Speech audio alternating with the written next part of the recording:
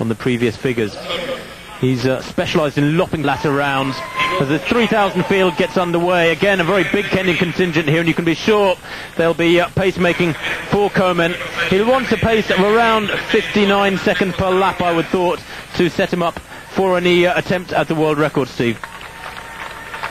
Well, I'll take my hat off to him if he's even going for it here, because he just looked so tired in Berlin the other night, and the man is just churning it out, and again he's slotted in there. He looks as though he certainly means business again. One thing in his favour, the wind, I was just looking at that red flag just at the start there, and the flag certainly has dropped, so the breeze has certainly dissipated from what it was earlier on. So it won't be too much of a problem for them in terms of going off hard, but this is a tough record. It's a really hard record to go for, and he has been churning out some hard races, and you just wonder where he's getting the energy from. Well, that's right. It wasn't a 1,500 or a 3,000 in Berlin 2 days ago. It was a 5,000, as Steve says. He looks tired running 13:02, and that's some 17 seconds slower than he ran in Zurich a couple of weeks prior to that. And has to be running on tired legs here, but Kisang and Kozgai running a very good pace here, indeed a very fast pace indeed, Steve. Way below 2-minute pace for 800 metres, as we see Kravets receiving her prize for that victory in the long jump. There was a 57, the clock didn't stop, but look at 57 and a half first lap, which is either silly or Komen has asked them to go through particularly quick. There's Kravets, as he said, confirmation there with that win from the second round jump at 6.99 in the first round effort of Ajunwa, the Olympic gold medalist in the long jump. Shana Williams coming through with her early effort of 6.77, and none of them were able to improve on those distances in the later rounds, and they were all wind-assisted marks, as you could see there.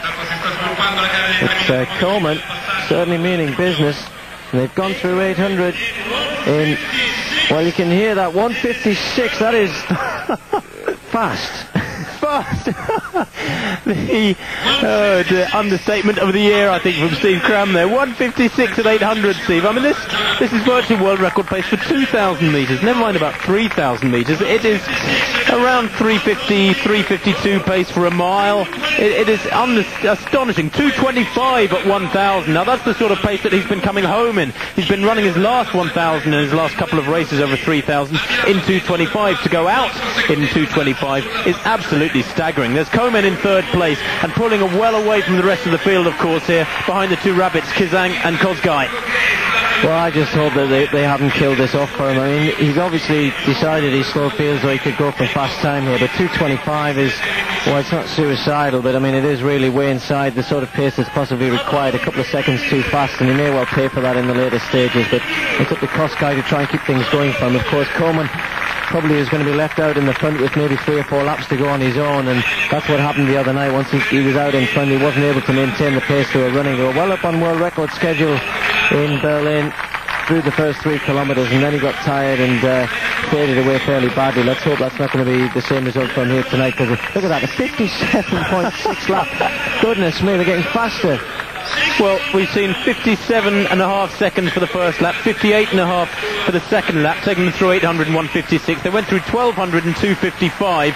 They're heading for a time here at 1 mile, or at 4 laps, of around 3:55. This is quite astonishing, way inside any splits that have ever been recorded before at these sort of stages. When he ran so close to the world record in Monte Carlo, he was 2:27 at 1,000 and 4:56 at 2,000. Well, he's gone through the mile there, Steve, in around 3:55, 3:56. I've never seen anything like this, and yet Komen there in second place, looking reasonably relaxed, looking quite sprightly. He has a very deceptive stride, long raking stride with a good range of movement. He brings his heels up very close to his buttocks at the back, which means that the stride length is very long, even though he doesn't look as though he's bouncing too much.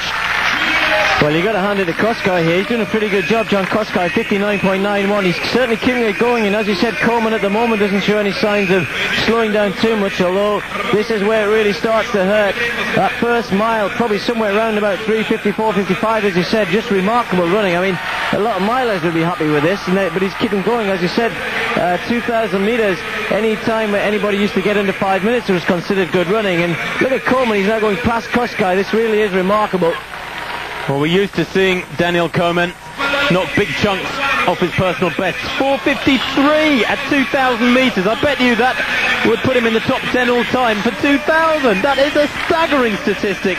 But last year, Komen knocked some 24 seconds off his personal best for 5,000. Now this year he's gone ahead and knocked another 11 seconds off it.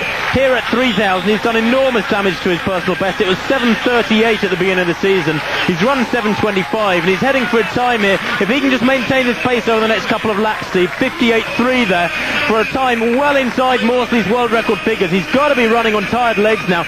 But look at him, bouncing along there. The stride length is still strong. Works hard with the arms. He does have this beautiful, relaxed, balanced action. The arm action almost makes it look as though he's running like a sprinter. But then, of course, he's moving here at around 57, 58 second per lap pace. But look at the face. Nice and relaxed and in control.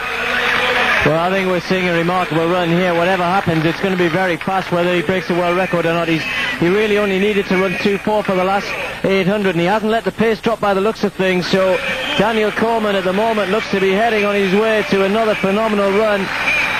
7:25.11, as Tim said. He missed it by 500th of a second this time. He's only got 500 to go. You look at what the clock is at the bell and work out what he'll have to do on the last lap. He certainly doesn't look to be tiring at the moment, as Tim said, still looking relaxed.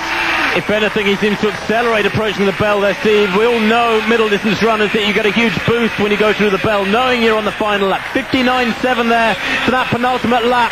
And heading down round the penultimate bend now is Daniel Komen, surely on the way to a world record. The crowds realise it. There's a relatively small crowd in the stadium in Rieti, guiding him home down the back straight. The world record surely hasn't got long to live now. 7:25, the figures he's aiming at. He goes through with half a lap left at 6:51. He's only got to cover this last 234 to get the world record, and he's moving at around 30-second pace. This is a staggering speed he's running at.